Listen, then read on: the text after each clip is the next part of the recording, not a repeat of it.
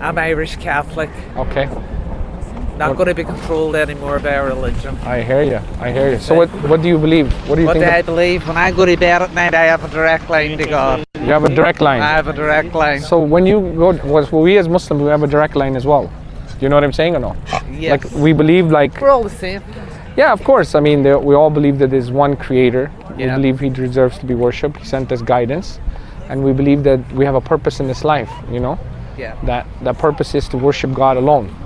And in Islam, we believe the creator is not like his creation. Means he's not a man, he's not a woman, he's not a tree, he's not an animal, he's not a statue, he's not a, energy, he's not water, he's not Mother Nature. He's outside of time, he's outside of creation. He created everything. And in Islam, there is no hierarchy, there's no clergy, there's no church per se, there's no Vatican. In Islam, you have a direct connection with your creator, one-on-one. You get what I'm saying? So like when you supplicate to God, you say, oh God, I need a job. Oh God, help me out. I'm not feeling well. Cure me or whatever. And then God opens that door for you through that direct connection. However, understanding that direct connection, we have mediums like Adam, Ishmael, Isaac, Noah, Jesus, and Muhammad, peace be upon them all. And we believe they're messengers of God, and they guided human beings how to worship God. Do you know what I'm saying? Yeah. Otherwise, everyone will worship God however they want to. Yeah. Someone would put on a guitar, someone would do rock and roll, someone would do drugs, someone would dance around and do twirls. But that's free will. Of course, but that free will is not really free because it's restricted. When you were born and you were taught how to go to potty train, you didn't have free will. No. What I'm trying to say is free will is within the conform of this confined universe. Yeah. It's like in a room, you have a person who has free will to walk around the room, but he's controlled in that room. In the same way, the free will you have is given you to have a free will. Yeah. You get what I'm saying? Yeah. I'll tell you one other thing. We're all programmed from we're zero to 7. Mm-hmm. We're programmed by our parents, by our schools, by our environment, by our culture. So Allah subhanahu wa ta'ala says, Allah means al-Ilah, the deity that deserves to be worshipped. He says, look at the condition of one person who has many masters, they're quarreling with one another, or look at another person who has only one master. Whose condition is better?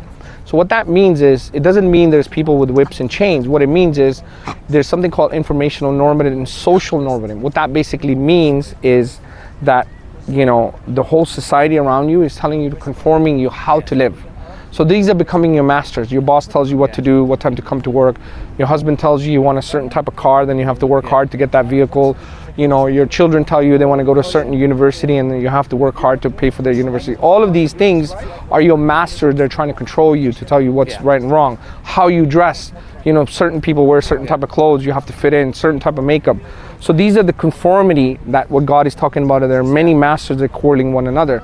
In Islam means peace. How you get peace is by submitting your will to the Creator, right? The one who submits his will to the Creator, he has true tranquility, true peace. Why? Because he's not concerned about what car he drives. He doesn't care about what kind of clothing he's wearing. He doesn't care, not that he doesn't respect the people, but the thing is that doesn't become his yardstick of truth. Yeah. You understand what I'm saying? Yeah. So that's true liberation, true freedom. Yeah. So if human beings want true liberation, freedom, is not to care about what people care about what the Creator cares about. Yeah. And the Creator wants goodness for all of us, right? And what is goodness is whatever comes from the Creator, what He's defined through revelation. So in Islam, we believe in Quran is the book of God, okay? Yeah. Have you ever seen one of these? No, I haven't. So this is a Quran, okay? Yeah. It's a translation from the Arabic language, so it's not a Quran, it's a translation. It says a thematic English translation. So somebody took the word, the Kalam Allah, speech of God, and translated it to another language for other people to understand it. So we believe the Creator of the heavens and the earth, He's outside of time, He's outside of space. So what do we mean by that? We mean that the Creator of the heavens and the earth, right? We believe that He created everything. He's the first source, right? And this being, He sent guidance to mankind. Means He didn't leave us here. He's not an absent landlord. He gave us guidance how to live our life, what to do. So God says in here in the Quran, I created the mankind and the spiritual beings for no other reason except to worship Him. And what is worship in Islam? Every single thing you do, as long as you're following God, you're following the commandments of God, you have that covenant, you're following the messengers of God, Jesus, Moses, Abraham, and Muhammad, peace be upon them. Muhammad is the last and the final messenger. If you follow their instructions how to live, After that, everything becomes worship. Means, if you go to work and you don't steal, work becomes worship.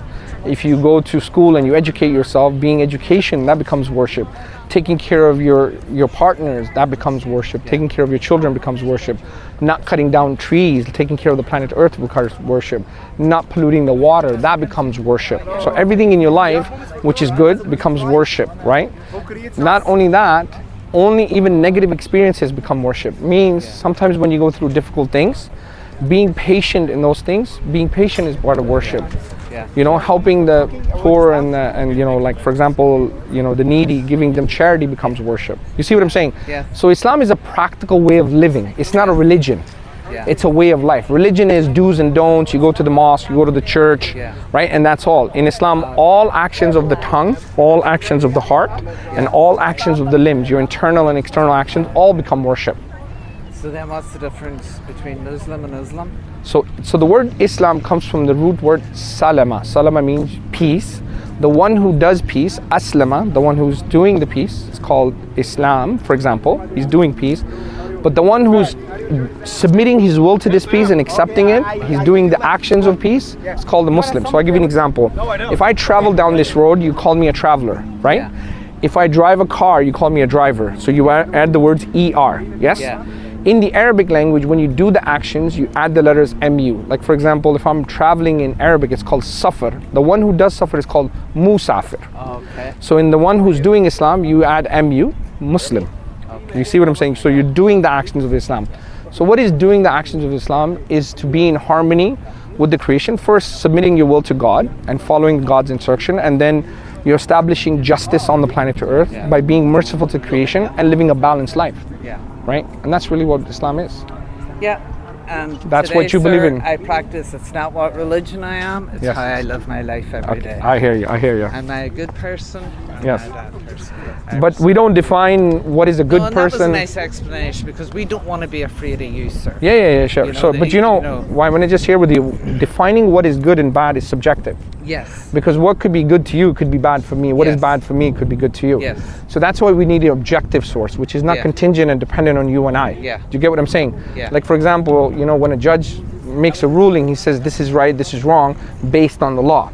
So that law for Islam is defined by the Creator. Do you get what I'm saying? So if we decide that what is right, human beings can't come up with what is right on their own mind. Because that's why we have all these conflicts on the planet Earth. Right? In Islam, the Creator doesn't care. He's not white, he's not black, he's not an Arab, he's not, you know, a man, he's not a woman, he's not a tree. He's beyond human comprehension. And beyond human comprehension, he can make the objective moral because he's not dependent on contingent on anything. You get what I'm saying? So that's the point. You get what I'm saying? I'm glad I stopped. I've learned a couple of things. No problem. And I don't want to be afraid to walk past you that you're this, you're Muslim, you're Islam. No, we're all equal here. Absolutely. We're all human beings. And I got a little bit of instruction on your religion.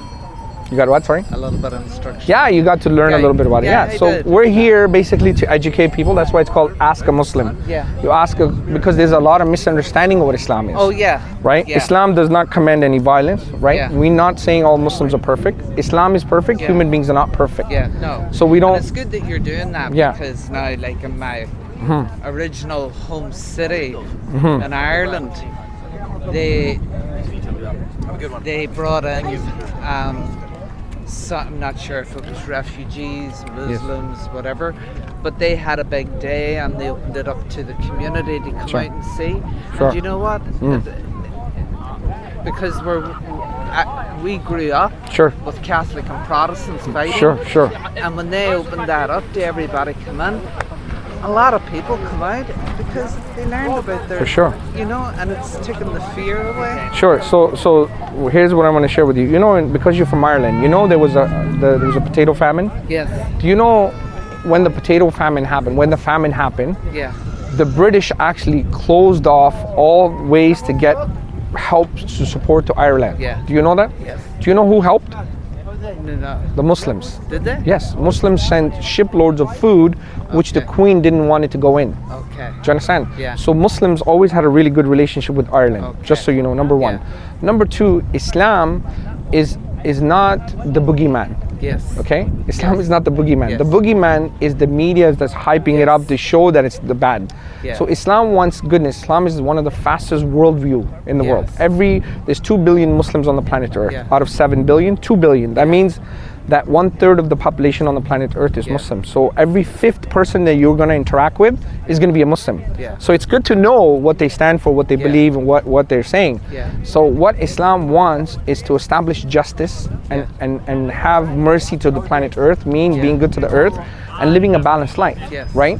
That means to respect you and to Yeah. respect your beliefs and to respect, Yeah. honor other people, and to in the same way explain that there is a truth. Yeah. Truth is not subjective, it's objective. Yeah. Do you know what I mean by that? No, not really. So subjective basically means what your personal beliefs are, what your Yeah. family's beliefs are, or what your culture thinks, or what your Yeah. parents thinks. This is Yeah. all subjective. Objective is 2 + 2 is 4, and that's always going to be 2 + 2 is going to Yeah. be 4. That's an objective truth. Whether I was born or you were born, Yeah. that would be not contingent and dependent on you and I. Yeah. In the same way, Islam, what it makes a call that Islam is an objective truth. Yeah. It gives you the necessary understandings by investigating why we believe that this is the truth. Yes. And we believe that there will be a day of judgment. You know, when you die, every human being will be asked 3 questions. Do you know what they are when you die? No. When you go in your grave, the questions you'll be asked is Man Rabbuk, who is your Lord, who is your creator? Man Dinuk, what is your way of life? How did you understand? You believe in liberalism, democracy, you believe in feminism, communism? What was your belief? Yeah. So what is your deen? You know, Man Dinukun, and Yeah. who is your messenger? Who is the one who is your role model, who you looked up to, right? Who told you what is right and wrong? So these would be the first 3 questions that will be asked from Yeah. every human being. So for us, we believe that if everybody understands there's a creator, he's one, he deserves to be worshipped, he sent us guidance, and Islam is the natural way of your natural disposition of how to live. Yeah. This is the way you should be living, not lying, not cheating, not killing, not murdering, not raping, caring about other people Yeah. and humanity, not destroying the planet Earth, living in a just way. So this would be your answer if you understood it and you lived by those standards. And the messenger, the final messenger is Prophet Muhammad, peace be upon him. Yeah. He came for humanity to establish the truth and justice, to get people to worship the creator and not to worship the creation. Yeah. To give you true liberation. Yeah. You get what I'm saying? Yeah. Because human beings are conformed to the society and they believe what society tells them is right and wrong. So that means they're slaves of the creation Yeah. and not the slave of the creator, right? Slave of the news. So Media. yes. You know. Thank you. Thank sir. you, no problem. We don't shake hands. We believe women are queens. Okay. So we believe that only queens are honored, right? So I if like that. Yes. You might convert me now then. We don't convert. In Islam, we share the message. Okay. There's no compulsion in Islam. Prophet Muhammad and Allah has said to us, Allah Yeah. means al-Ilah, the deity that deserves worship. You can't force your belief on people. No. Like in the time of the Prophet Muhammad, a lot of people were becoming Muslim very Yeah. quickly. So what happened, some of the Jewish rabbis were forcing their kids to become Muslim. Yeah. And God sent down wahi, revelation from the sky to the creator of the Yeah. heavens and the earth, to the creation. He said that there is no compulsion in religion. Means to tell people, you can't force people to become something. In Islam, there's no conversion. Yeah. It's you revert back to what you already believe, Yes. Okay. which is the natural disposition. Thank you. Okay? That's been so Nice meeting you. interesting. I Thank you very much. appreciate that. Thank you very much.